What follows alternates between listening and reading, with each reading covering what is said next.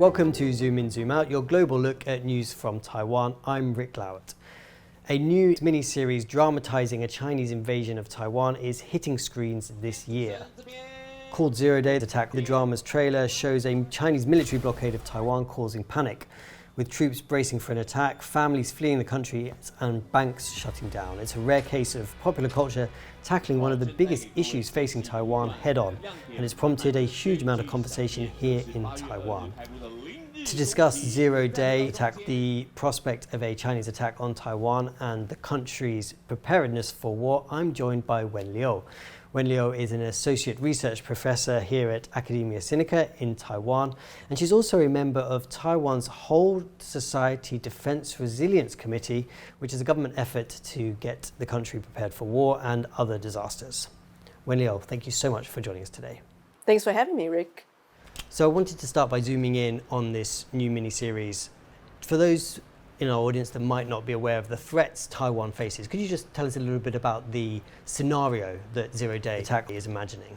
Right, I mean, this is a drama series, takes on a speculative scenario where China invades Taiwan with military force. And it's the first ever series that really talks about a Chinese invasion scenario on the Taiwan island.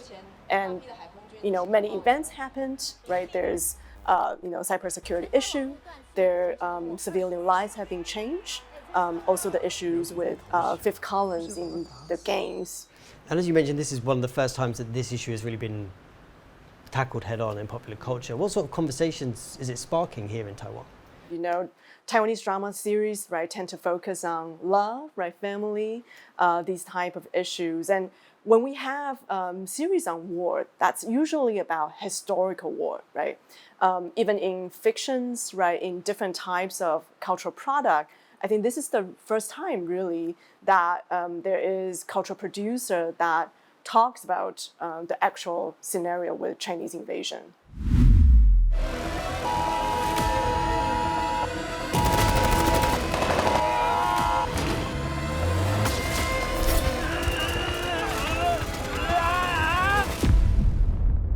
是战争选择人，不是人选择战争的。当权者为了一个空泛的目的想要达成的时候，就是让他下面的几百万或几千万人，就是他们的性命其实是完全不重要的。因为我本身是比较偏和平主义，所以我不太会觉得说一定要一边一国什么的。像之前马英九总统他上任的那个时候，我就觉得蛮和平的。Based on what you know and what you've heard, and you mentioned you've been to some of the talks with the directors and producers of this new series, how do you think what we're going to see in this dramatised way differs from what we read about or what we see politicians talking about? So for a long time, I think Taiwan's military strategy really focused on stop the war by the sea, right? So we're imagining a scenario where Chinese troops will come, but it will stop by our air force and our naval ship, right? I mean, that's definitely the ideal situation. But this series, I think it takes on a more advanced or a more even radical vision where the PLA troops, right, are landing or surrounding or quarantining Taiwan. That is, I think, a newer scenario that we need to think about, what we call urban resilience, right? That war is not only, the military's effort or business, it's actually every civilian's, right, that we're implicated in this type of invasion. You're a member of this Whole Society Resilience Committee spearheaded by Taiwan's presidential office. You've been attending these committee meetings. I think the question a lot of us will be asking, how prepared do you think Taiwan is for war? Yeah, this is a difficult question, right? Because when we talk about preparedness, there are many dimensions of it. So for the Whole Society Defense Resilience Committee, it really focuses on 6 different areas, right? So including, our cybersecurity, including our information space, our food, energy stockpile, medical resilience, but also civilian preparedness, right? So when we think about, war preparedness, it's not only about the military, right, the weapon system, right, the technical stuff. But I think the committee tries to do is that the society needs to build up a good well-functioning communicative system, right, when war hits, we can still function as a regular society, right? That's what the resilience means. It means that when crises happen, you can bounce back to regular life. Yeah.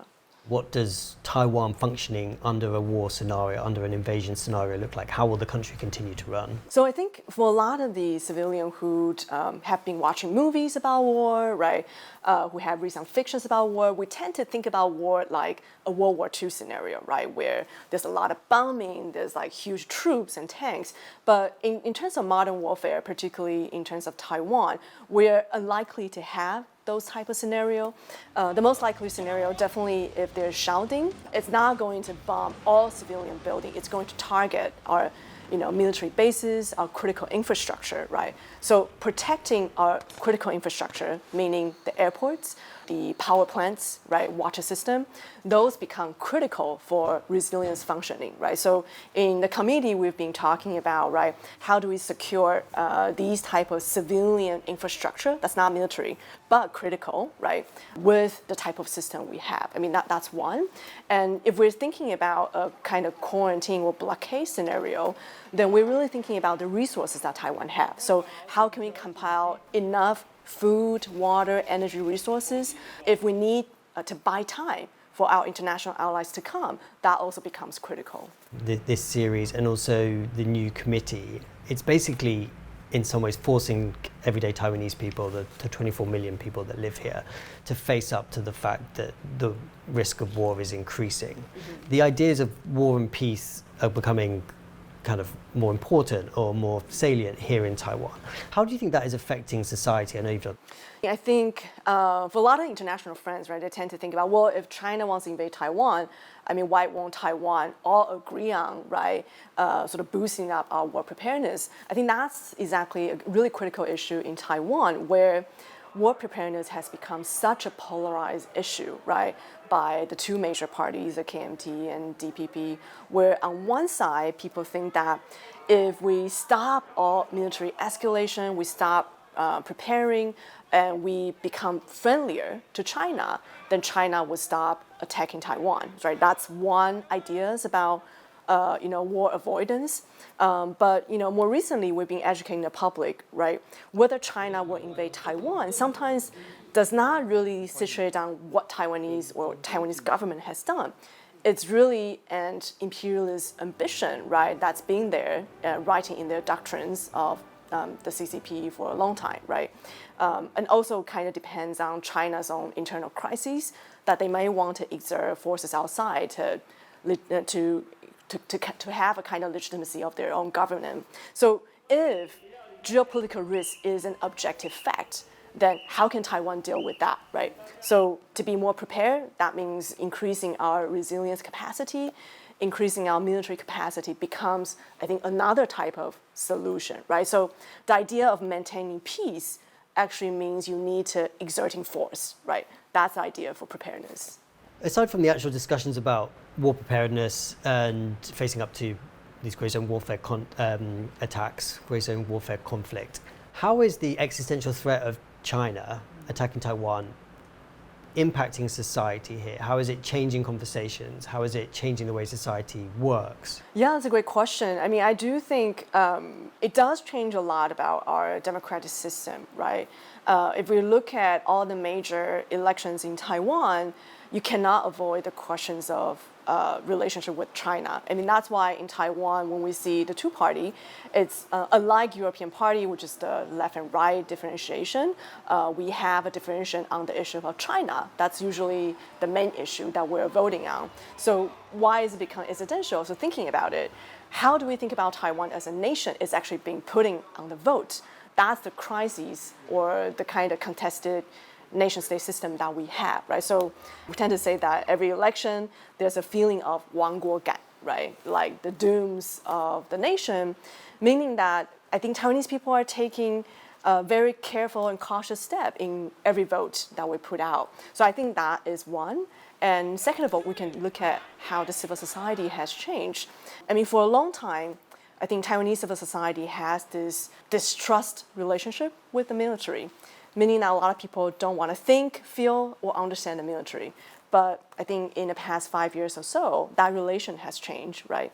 A lot of civil society members now have been teaching civilians on what is national security, what is our military capacity to counter a lot of the kind of defeatist idea that Taiwan would never win. How does this change other conversations having around Taiwanese identity? I'm thinking about things like human rights, LGBTQ rights, indigenous rights, labor rights.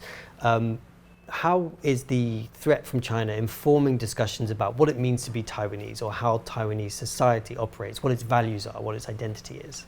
Yeah, I think this is a really important question. I mean, so Taiwan for a long time, ever since the democratization, right, has been advocating on human rights, minority rights, right? So we have, huge advancements on feminist issues and queer issues. That ideas have also been challenging, right? Because for one thing, right, Taiwan wants to show it can be an international member because we've been rejected by many international organizations.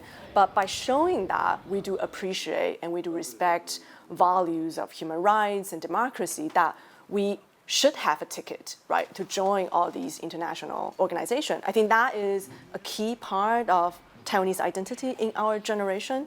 For this generation, we also have to deal with, like you said, the threat of China or, the Chinese factor, meaning that some of these issues on basic fundamental rights might be polarized by whether you are more pro-China, right, or pro-US. So in academia, right, there have been debates on, for instance, the same-sex marriage legalization.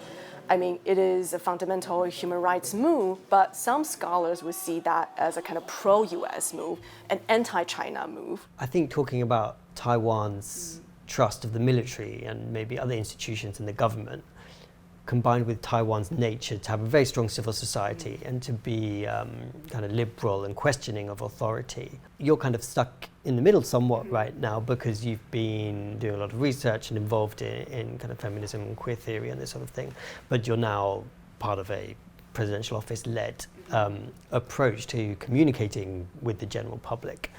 How's that experience for you, and how has your kind of position on those quote-unquote liberal issues informed the way that you now engage directly with the government and potentially the military as well? Yeah, it's a great question. I do think there's many steps, right, in my own kind of personal or theoretical position, right, to come to this point. And I do think it's necessary to criticize the government still, but what's the direction of that criticism, right? Obviously, if we want our sovereignty, we still need a state. We still need a military. So our criticism cannot be based on that we need to abolishing the governmental infrastructure. Our criticism should be built on making it better, making it more democratic. So in terms of military, that's a difficult issue for feminists, right? Because we know even still, right, today, it is a very patriarchal institution. You have two strategies. One is to completely deny it, say it has nothing to do with civil society. Another strategy is to, to actually increase, we call civil-military relations, right?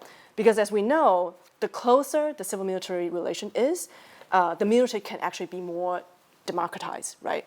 If we live it as a additional or even outside member of the society, the military will only function as a even more patriarchal, even more top-down institution compared to regular society. So I think inclusion is key, right? But inclusion does not mean you don't have criticism. Wen Liu, thank you so much for joining us today. It's been really great to hear all of your thoughts on Taiwan and its preparedness. Thanks, Rik, for the great questions.